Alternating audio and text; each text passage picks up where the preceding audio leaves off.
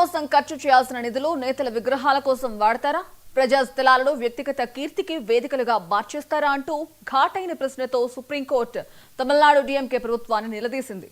మాజీ సీఎం కరుణానిధి విగ్రహం ఏర్పాటుకు అనుమతిని రద్దు చేసింది. ప్రభుత్వ నిధులు ప్రజాధనానికి కాదని కఠిన వ్యాఖ్యలు చేసింది.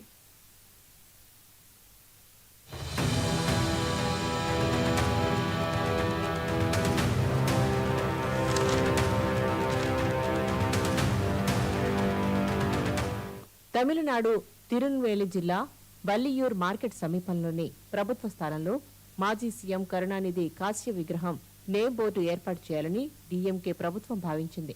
కానీ ఆ ప్రదేశం ప్రభుత్వ భూమి. ఇలాంటి నిర్మాణాలు ప్రజల సౌకర్యాలకు భంగం కలిగిస్తాయంటూ ఇప్పటికే మద్రాస్ హైకోర్టు కఠిన మార్గదర్శకాలు జారీ చేసింది. దీంతో దీనికి అనుమతుల కోసం ప్రభుత్వం కోర్టు తలుపు తట్టింది.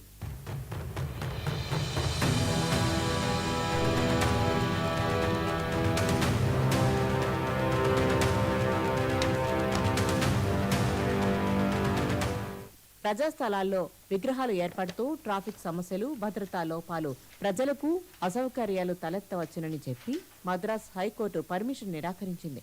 ఆ తీర్పును సవాల్ చేస్తూ సుప్రీంకోర్టులో స్పెషల్ లీవ్ పిటిషన్ వేసింది రాష్ట్ర ప్రభుత్వం. అయితే అక్కడ కూడా డీఎంకే ప్రభుత్వంకి చుక్కెదురైంది.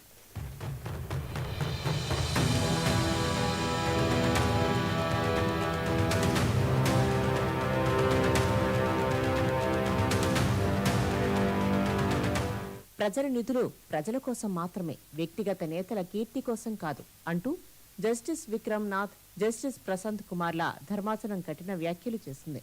హైకోర్టు ఇచ్చిన తీర్పును సమర్థిస్తూ తమిళనాడు ప్రభుత్వం పిటిషన్ను కొట్టేసింది. ప్రజల హక్కులను కాపాడాల్సిన బాధ్యత ప్రభుత్వానిదేనని సూటిగా హెచ్చరించింది.